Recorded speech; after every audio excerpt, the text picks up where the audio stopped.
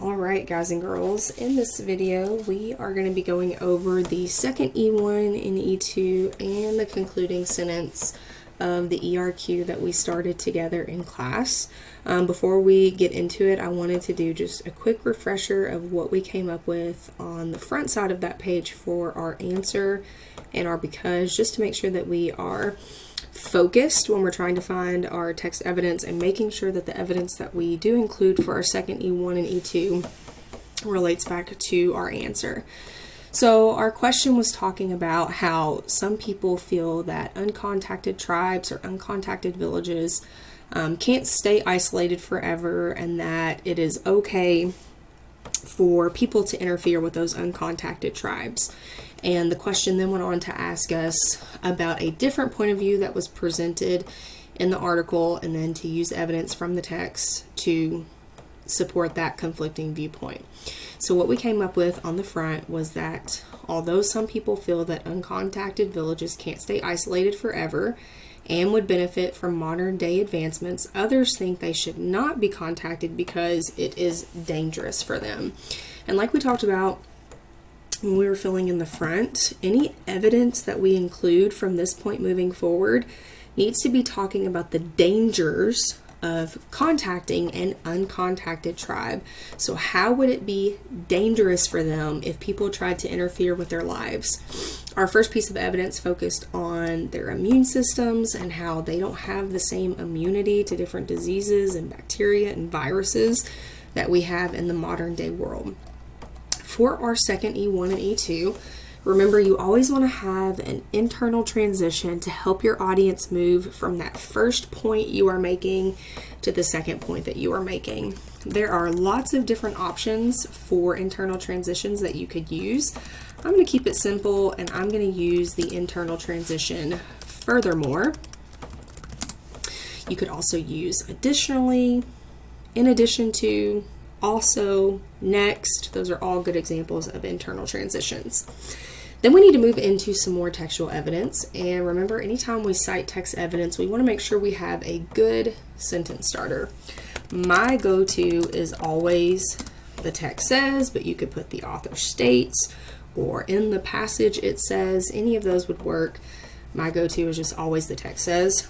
And then we want to make sure we include quotation marks, because we are showing that this is not our words. This is what it says in the text.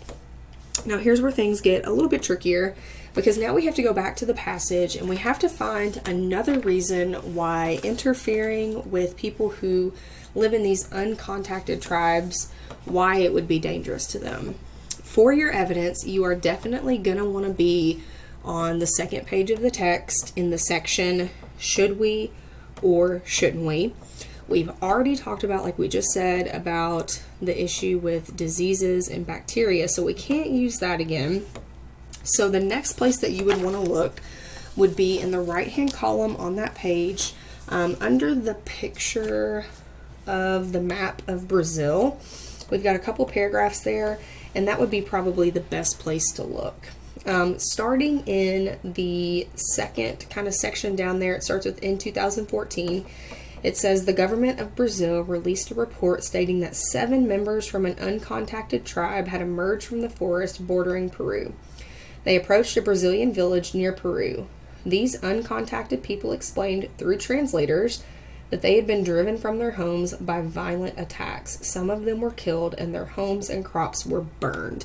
Now, I don't know about you, but being attacked, having your home destroyed, that definitely sounds like something that would be dangerous. And remember, like we've said, we want to relate this all back to how contacting them would be dangerous for them. So I think this is a great piece of evidence to use. I'm going to be copying this from the text. Sorry guys, I'm not always great at typing and talking at the same time. If you came up with a different piece of evidence, that's okay. But if there was one that you were looking for, this would be a great place. It's in the middle of that second sort of paragraph under the picture of Brazil. So these uncontacted people explained through translators that they had been driven from their homes by violent attacks. I think I'm going to go ahead and use the second sentence there as well, where it says some of them were killed and their homes and crops were burned. And we want to make sure we have our closing quotation marks there as well. Keep in mind when you are citing your evidence, we want to keep it pretty short. 1 or 2 sentences at the most is what we're looking for when we cite our text evidence. Now for our E2. Remember, our E2s need to be at least 2 sentences, and we need to relate this evidence back to our answer at the beginning, which said that contacting uncontacted tribes would be dangerous. So we have to explain how this proves that is true. A great way to start an E2 is by saying something like, this evidence shows, this evidence demonstrates, this evidence explains, and we're just going to state what we are trying to prove first. So this evidence shows further dangers uncontacted tribes face. So we've already brought up one of these dangers, which was the exposure to disease. This is another danger, being attacked, having their homes destroyed, having their crops destroyed. For our second sentence, we definitely want to get into a little more detail, and I've given you a little hint over here. I said if you're having a hard time with that second sentence, try incorporating an if-then statement. I love using if-thens in my E2s. They're just a good way to help you explain your thoughts clearly. So we're going to start with the word if. And then we want to basically give a scenario here that relates to what we're trying to prove.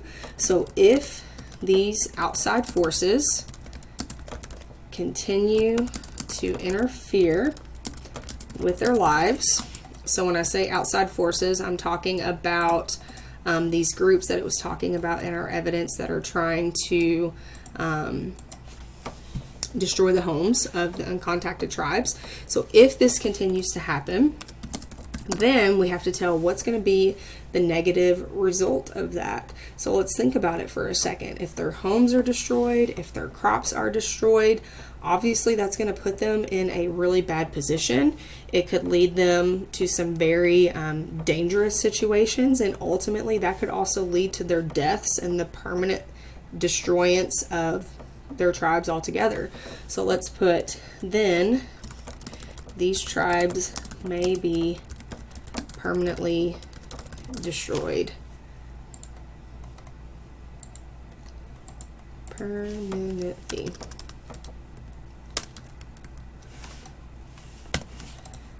Okay, so if we tell what the scenario is, so if they continue to interfere, then these tribes could be destroyed forever. At the end, we want to include a concluding sentence. So this is something that we're just going to use to wrap up our thoughts all together. So I'm going to put, based on this evidence, it is clear that uncontacted tribes should be left alone. You could also start your concluding sentence by saying something like clearly, or it is clear that, but here we've got, based on this evidence, it is clear that uncontacted tribes should be left alone.